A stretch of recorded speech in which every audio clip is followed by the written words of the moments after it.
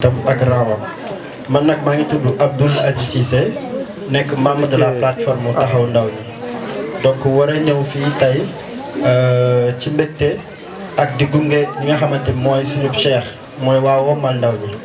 Donc on va parler de stratégie donc duñu essayer de compliquer à vous expliquer la stratégie parce que dañ koy wax ci kàllaamay Kocc bu ko defee ndaw ñi mu concerné ak yéen ñi nga xamante ni kat dañ leen ci yaakaar yéen kilifa yi toog nii dañ leen ci yaakaar bu baax a baax ngir sans yéen kat duñu mën a aar ñi nga xamante ni ñoom ñooy ndaw ñi.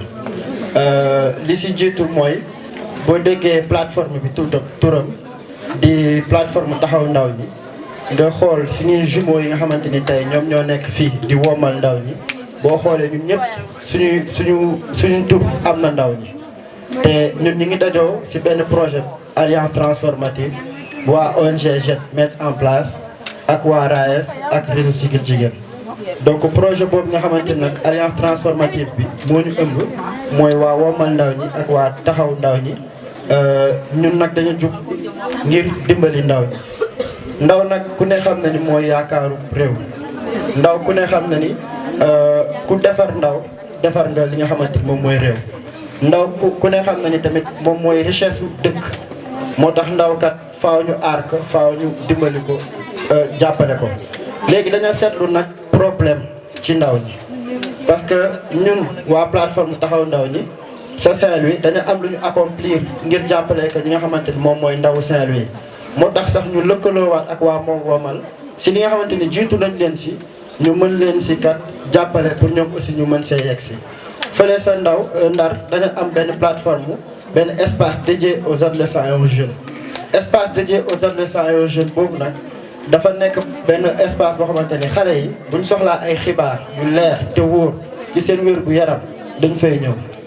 waaye tamit xale yi bu ñu soxlaawee parce que xale nag day soxla xam-xam. bu soxlawee li nga xamante ni moom mooy xam-xam pour li nga xamante ni moom mooy ëllëgam maanaam yan wala lan la war a def pour mën a am liggéey wala mën a entreprendre day ñëw foofee sa centre ba ñu mën ko xibaar. donc centre multifonctionnel la bu ñu waxee multifonctionnel mooy bëri na ay services dañuy def information dañuy def orientation vers des services stratégiques et des partenaires mais aussi dañuy def renforcement de capacité pour les adolescents et jeunes. ñun nag fële sa Ndar dañu réussir mettre en place cet espace là actuellement ni espace bi ku fa dem dina gis nuñ ko équipé te ñaan nañ yàlla mu yokku xëy na ñun loolu lañ jiitoo waa Wommal ndaw ñi waaye ñun ak ñoom ñoo bokk lu ñuy xeex maanaam dañu bëgg dimbali ndaw ñi ku ne xam na ni Jama manqué wut ndaw ku ne xam na ni également Ndar manqué wul ndaw waaye ndaw yi ñoom ñoo am lu ñu manqué li si njëkk moom mooy xam-xam ndaw yi manqué nañ xam-xam li si njëkk tamit moom mooy ndaw yi manqué nañ ndimbal ci seen wàllu wér-gu-yaram li si takku tamit moom mooy ndaw ñi manqué nañ bërëb boo xam ne bu ñu bëggee saytu seen yaram dinañ fa dugg te kenn du leen àtte ndax sage-femme naam day saytu jigéen bu nekk bu wanuloo waaye xale yi jigéen ñi tamit ñoom it dinañ am ay problème seen wàllum cycle menstruel ak règle ak yooyu war nañ am foo xam ne bu ñu fa duggee duñ leen fa jiiñ loo xamante ni nekkuñu ko ndax ñoom aussi tamit am nañ ay yëg-yëg am nañ li nga xamante ne ay problème la seen yaram donc war nañ am espace bu conforme ak seen ay bëgg-bëgg.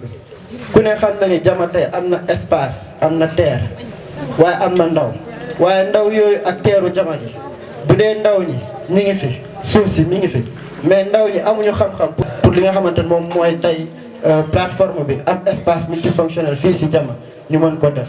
donc damay gàttal kàddu gi ndax léegi mu guddi di leen sant di leen gërëm te di leen tàllalaat suñu loxo bu baax a baax ngir kat yéen kilifa yi ñun ndaw ñi dañ leen soxla bu wér a wér asalaamaaleykum wa rahmatullah. Monsieur le maire de la commune de Jama, El Hadji Oumar Sow, monsieur le préfet, mesdames et messieurs les chefs d'entreprise, chers partenaires techniques et financiers, distingués invités, chers adolescents et jeunes. Au Sénégal, 75% de notre population au moins de 35 ans dans la commune de Jama. Cette satisfaction, cette statistique n'est qu'un chiffre. C'est une force vive, structure de proximité, risque de devenir une génération sacrifiée. Aujourd'hui, un jeune de Jama doit parcourir des dizaines de kilomètres pour obtenir un conseil de santé confidentiel ou accéder à la formation professionnelle Cette distance, tant géographique qu'économique, freine toute volonté d'épanouissement. Le plateforme Women Downey refuse cette fatalité. C'est pourquoi nous portons le projet du centre multifonctionnel intégré du modèle d'Innova de guichet unique pour la jeunesse rurale, articulé autour de 3 piliers. Transformer la vulnérabilité en bien-être. Le CEMI sera le premier sanctuaire de proximité offrant une écoute physio-sociale à des services de santé adaptés aux adolescents. En brisant tous les atouts et les barrières géographiques, nous protégeons le capital humain dès la racine. Transformer le potentiel en compétences, nous ne voulons plus de formation théorique déconnectée de la réalité. La CEMI dispensera des compétences pratiques et d'entrepreneuriat taillées pour les spécificités de la vallée du fleuve Sénégal, l'agriculture et l'élevage. Transformer la formation en autonomie réelle, c'est ici que notre projet est distingué. Le CMI ne se limite pas à former, il offre un espace d'expérimentation économique grâce à des infrastructures de production intégrées. Nos jeunes diplômés passeront immédiatement à l'apprentissage de l'action, devenant ainsi les garants de la sécurité alimentaire locale. Notre vision est claire. D'ici décembre 2027, faire de Peulh-Dios un pôle de résilience socio-économique où chaque jeune dispose des outils nécessaires pour construire son avenir sur sa propre terre. Pourquoi avons-nous besoin de vous? Le développement de la commune de Diama ne peut pas se faire en vase clos.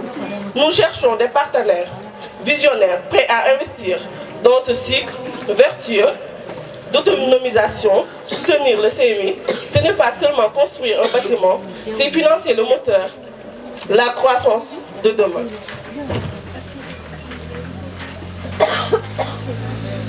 Nous sommes prêts à vous présenter les détails techniques et financiers de cette initiative qui chargera des piliers de vie. Échangeons-nous ensemble pour la jeunesse de Diama, car s'investir dans cette jeunesse, c'est sécuriser l'avenir du Sénégal dans l'attente d'un échange. D'un échange que nous souhaitons fructueux et vous prie d'agréer, mesdames et messieurs, l'impression de nos salutations distinguées pour la France.